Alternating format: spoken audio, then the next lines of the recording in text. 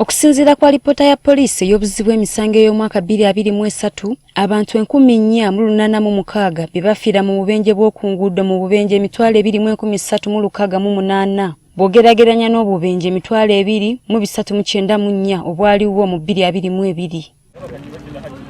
Nga bategedde kino, abasirikale b'ebidduka bazze bakola ebikwekweto ku nguudo okukakasa nga omuwendo gw'abantu abafiira mu bubenje nga buno bukendeerako.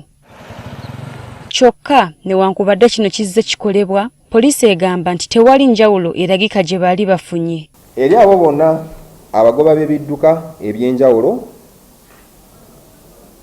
ffenna tulina okuba nga tugoberera speed limits eziteereddwa ku nguudo.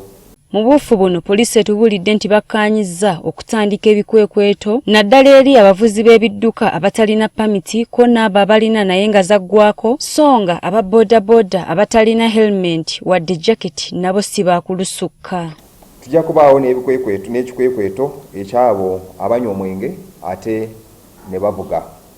Era ne operations nga zitagetinga aba bodaboda bonna abataagala okwambala helmets, abatagala okwambala reflective jackets nga kwotadde n'abo abavugira mu one ways. Omuwaatwa guno poliisi egamba nti gwe guviiriddeko abantu abakyafiira ku nguudo okweyongera, nga ssabbiiti ewedde kyokka abasoba mu 7 be baluguzeemu obulamu. Waba abantu 71 abaafa, 29 bano baali batambuza bigere ku nguudo, 28 bano baali bavuzi ba pikipiki, ate abantu 6 bano bali basaabaze nga batambulira ku pikipiki, abantu 4 bano bali basaabaze abali batambulira mu mmotoka, abantu 2 bano bali ba bugaali, omulala omu ono yali mugoba ow'emmotoka ate n'omulala omu. Kyokka alabudde nti singa abantu bayiga enkozesa y'ebitaala ko n'okubiwa ebitiibwa kino kiyinza okukendeeza ku bubenje buno. Ng'abatambuza ebigere okusigala nga tugoberera amateeka gonna ag'oku nguudo nga mwotadde n'ebino ebitaala naddala abo abasalira ku bitaala.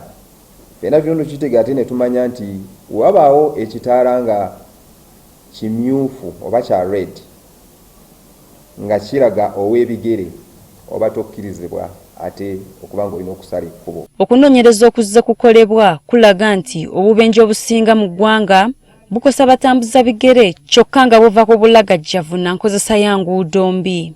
Ebiseera ebisinga abantu bangi tubalaba ku nguudo nga alina headsets mu matu oba ali ku ssimu ali mu kugyogererako ate nga bwakolesa ekkubo. Kyabulabe nnyo. Winnie Nakabiri agaffeeyo ku Spark TV.